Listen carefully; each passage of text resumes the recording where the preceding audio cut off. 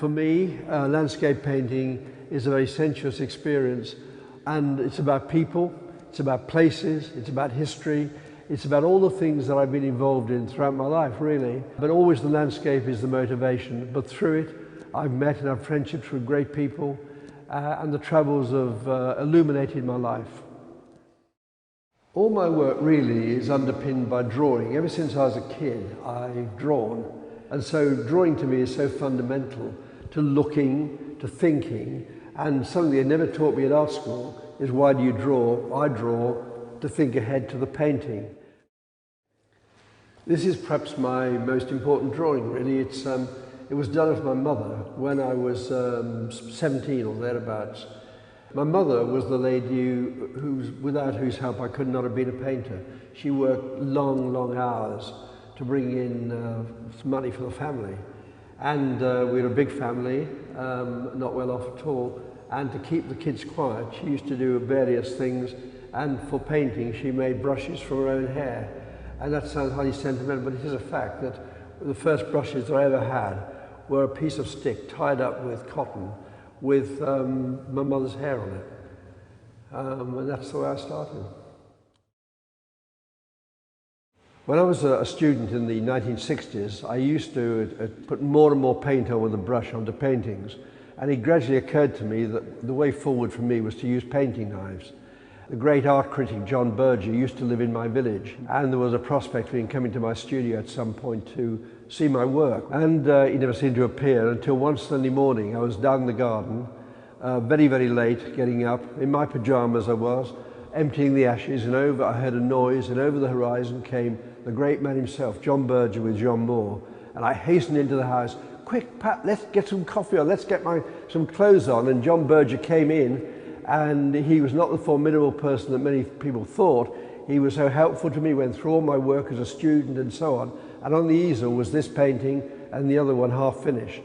And he said something significant to me: Alan, you have a great feel for paint and surface, and that's the way your work should go in the future.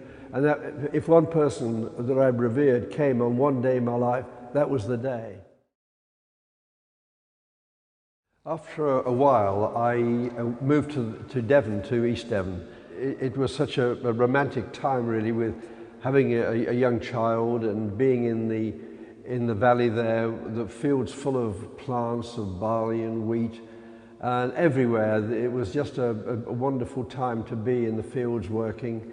And I think some of these are the most romantic paintings probably I've ever done in my life, actually.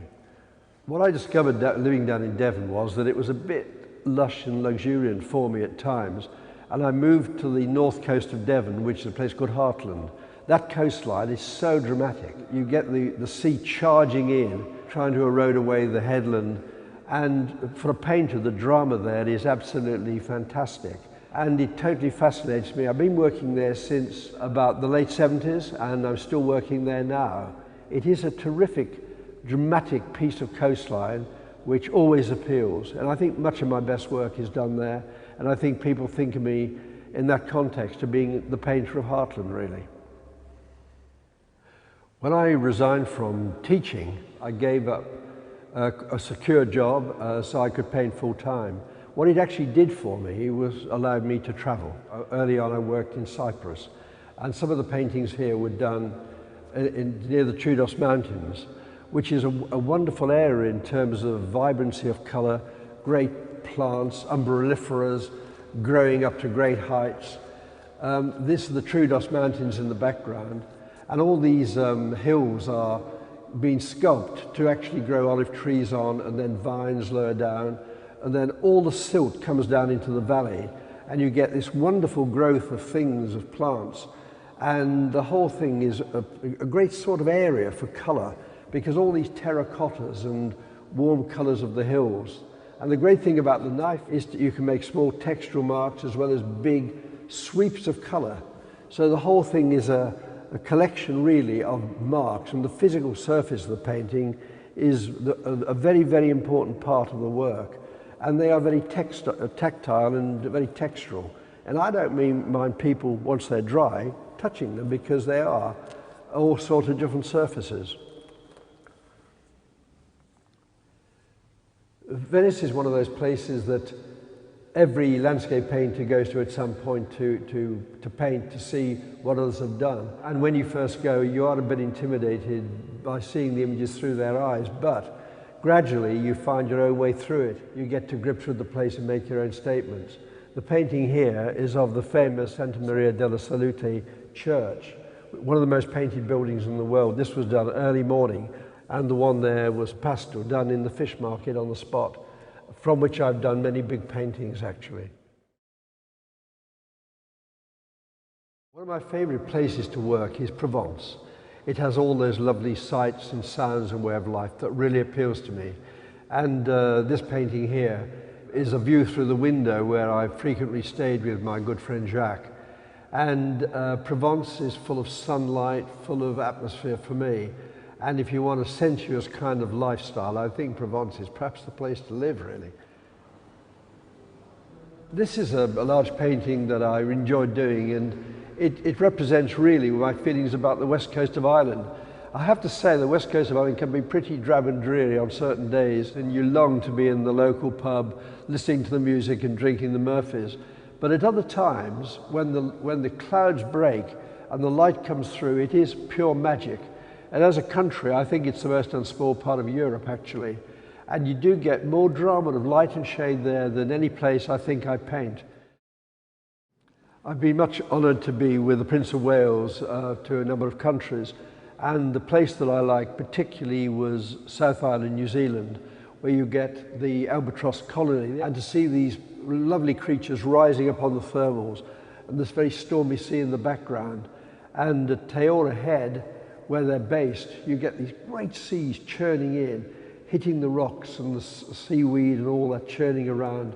And that has been a terrific subject for me. I've done a series of paintings of the seas here, and that has been a really favourite subject of mine.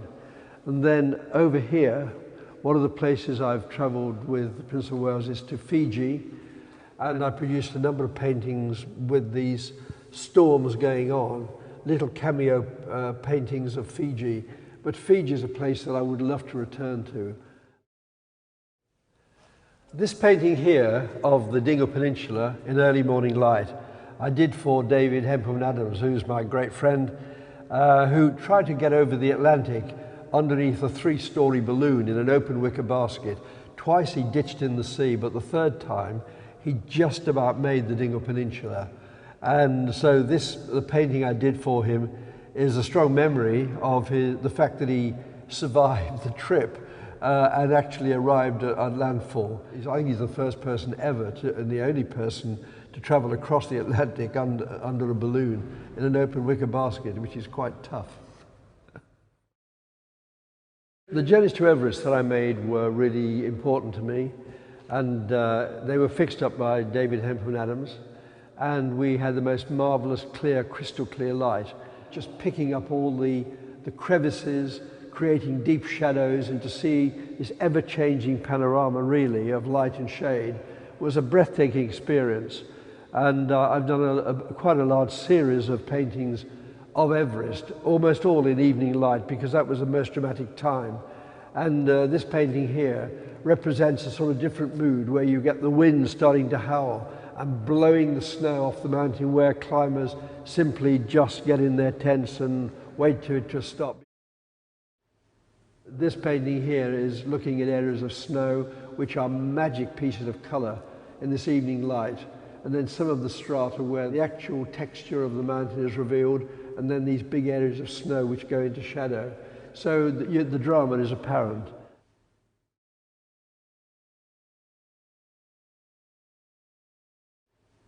I've been allowed to paint in some amazing places over the decades, and it is about the landscape, the feel of it, the sensuousness of it, all the experiences of being in the landscape, but also about meeting people who've taken me through the landscape, introduced me to things. It's about the experience of being on the spot and translating my ideas and my feelings into paintings.